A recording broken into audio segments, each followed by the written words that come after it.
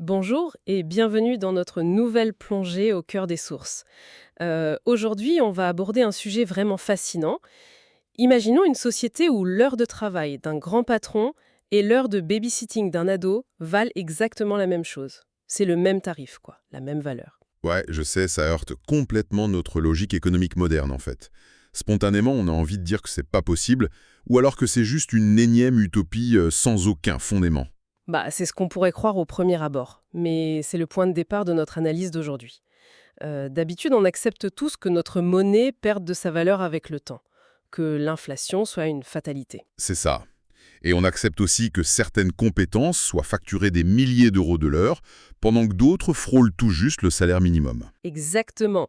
Mais là, les sources qu'on a sous les yeux détaillent un projet très concret, un vrai écosystème en fait, qui s'appelle l'Atereco. C'est un acronyme assez dense d'ailleurs. Ça veut dire localiser des alternatives de transition éthique en réseau relationnel d'échange de connaissances opérationnelles. Ouais, c'est un nom un peu complexe pour un objectif qui est finalement très clair.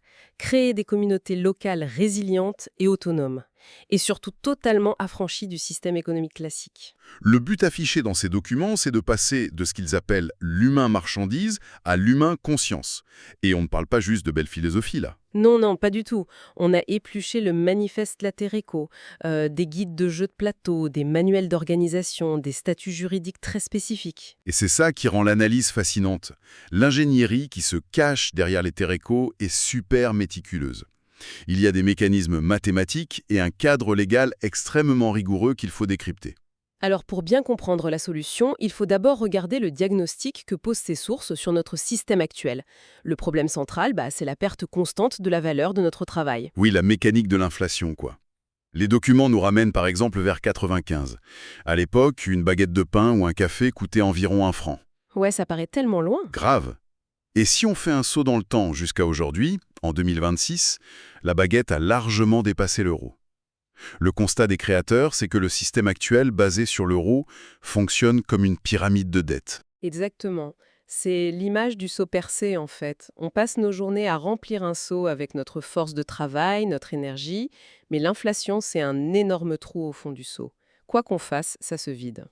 Et face à ça, la parade de la Tereco, c'est de changer de seau. Il propose une monnaie totalement différente, la monnaie temps, ou unité temps, souvent abrégée en UT. Et c'est là que la règle dont je parlais au début prend forme. La règle d'or incontournable, c'est qu'une minute de vie humaine est égale à une unité temps. Tout à fait. Et c'est géré informatiquement par une plateforme open source qui s'appelle Cyclos 4. C'est le grand registre comptable de la communauté, quoi. Attends, soyons hyper précis là-dessus, parce que c'est radical. Si j'utilise cette plateforme Cyclo 4, ça veut dire que si je passe 1 heure à donner des conseils en ingénierie très complexes et que mon voisin passe 1 heure à désherber mon potager, le logiciel considère que l'échange est équitable. 1 heure pour 1 heure. Absolument. La compétence technique n'est plus du tout le critère d'évaluation. Le seul étalon, c'est la fraction de vie humaine que tu accordes à l'autre. Ah ouais, c'est fou. En supprimant la valeur marchande subjective, l'Atereco crée mathématiquement une monnaie à inflation zéro. 1 heure en 95 vaut 60 minutes et 1 heure en 2026 vaut toujours 60 minutes. Qu'on fait un saut parfaitement scellé. L'énergie est stockée intacte. Mais il y a une question évidente qui se pose pour tous ceux qui écoutent. On ne paye pas son loyer ou l'électricité en unité temps. L'État réclame des euros. Ben oui, comment le système survit dans le monde réel? C'est une excellente question. Les sources sont très claires là-dessus. La Tereco n'a pas la prétention de remplacer l'euro du jour au lendemain. D'accord, donc c'est progressif. C'est ça. C'est un système parallèle conçu pour générer un cercle vertueux. En échangeant des services du quotidien, en unité temps, genre du bricolage ou de la garde d'enfants, un foyer arrive à économiser environ 10% de son budget annuel en euros. L'objectif, c'est de réduire la dépendance, quoi. Et la clé de leur ingénierie réside dans ce qui est fait de ces 10% économisés. Exactement.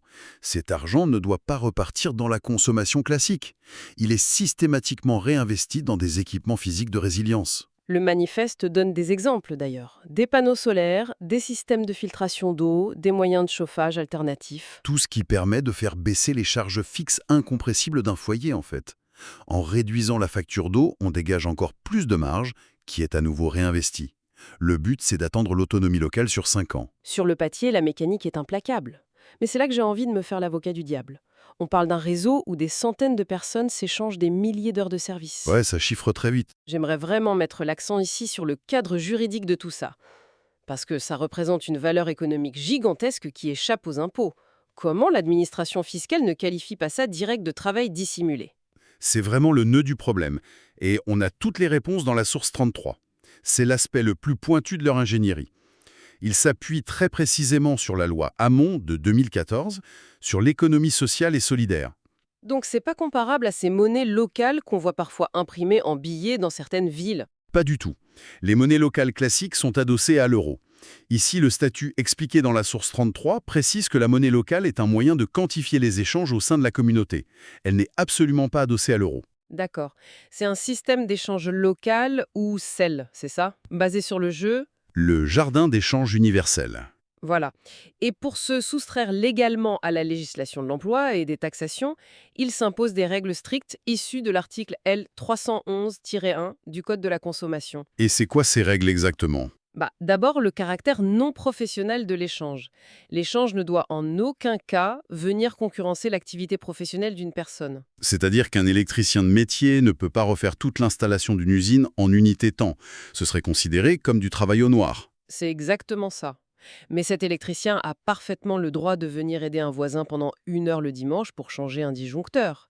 C'est la différence entre la prestation commerciale et le coup de main. Je vois. Et qu'est-ce qui empêche notre électricien de donner un soi-disant coup de main tous les jours à 50 personnes différentes? C'est là qu'intervient la deuxième condition. Les partages et services échangés doivent être ponctuels. Ils ne sont pas répétitifs.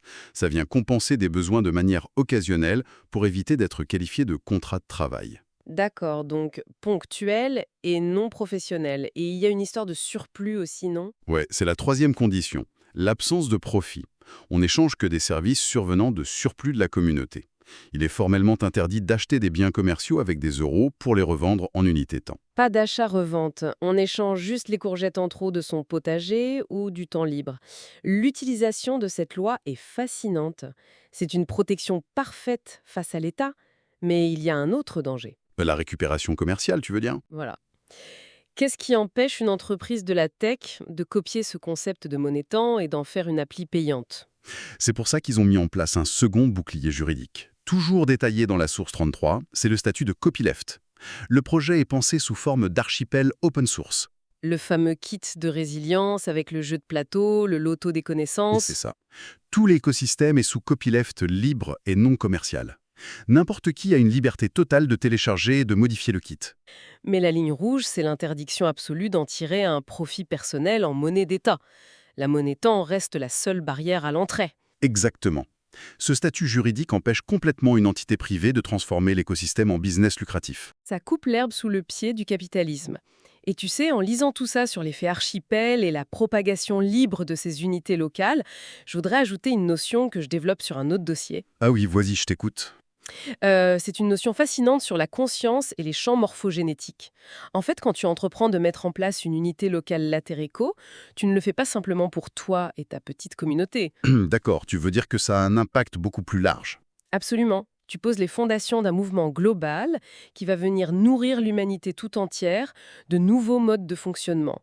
La conscience et l'expérience individuelle ont la capacité de se propager de manière vibratoire et informationnelle via ces champs morphogénétiques. Les champs morphogénétiques. Tu fais référence aux fameux travaux de Rupert Sheldrake, là. Oui, c'est exactement ça. Comme le prouvent les travaux de Sheldrake, l'évolution de la conscience et l'acquisition de nouvelles connaissances, c'est à la fois local et non local. C'est très profond. En changeant les règles localement, on modifie la vibration globale, en fait. C'est ça. Nous autres, êtres humains, on a souvent la prétention d'être les seuls êtres conscients sur cette planète, voire dans l'univers tout entier. Mais Sheldrake a posé les bases d'une théorie bien différente. Ouais, d'autres scientifiques ont d'ailleurs prouvé que les plantes ou les arbres avaient une forme de conscience. Tout à fait. Et je pense même que tous les êtres de la planète ont une conscience, que le Soleil et les étoiles ont une conscience. Et pour illustrer ce grand réseau, j'aime bien reprendre l'image de la simulation ou du jeu vidéo. Ah, une parabole technologique pour expliquer l'univers, j'aime beaucoup l'idée. Imagine, on pourrait considérer que le Soleil, c'est comme le câble électrique qui amène l'électricité à la simulation et au jeu vidéo. Et le trou noir, c'est le même câble où l'électricité va ressortir pour faire son circuit d'alimentation. Pour permettre l'existence même du jeu vidéo, en fait. Exactement. Sans ce flux électromagnétique, l'écran ne peut pas s'allumer, les pixels ne peuvent pas étinceler, les personnages et les dimensions du jeu ne peuvent même pas être créés. C'est fascinant de voir l'univers sous cet angle d'alimentation énergétique. Et j'aime bien aller encore plus loin. On pourrait considérer que chacune des étoiles de l'univers est comme un neurone, et que l'univers tout entier est comme un immense cerveau rempli de matière noire et d'énergie noire. Un peu comme notre propre cerveau humain, en somme. C'est ça, un cerveau juste étincelé par des neurones et des courants électriques qui nous font vivre cette dimension particulière qu'on expérimente à notre niveau de conscience. Donc, créer un réseau latéréco sain, c'est littéralement allumer de nouveaux neurones bienveillants dans ce grand cerveau. C'est une métaphore vraiment puissante. L'outil matériel et légal dont on a parlé n'est que le support physique d'une évolution de conscience beaucoup plus vaste. Exactement. Mais justement, pour que ces neurones locaux fonctionnent, la technologie et les lois, ça suffit pas. Si l'infrastructure humaine est défaillante, s'il y a des conflits ou des guerres d'ego, l'unité locale s'effondre de l'intérieur.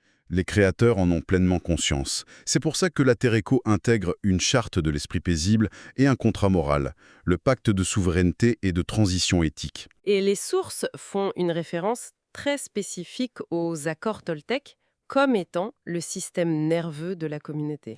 Oui, des règles comme que votre parole soit impeccable. Ce n'est pas juste du développement personnel, là.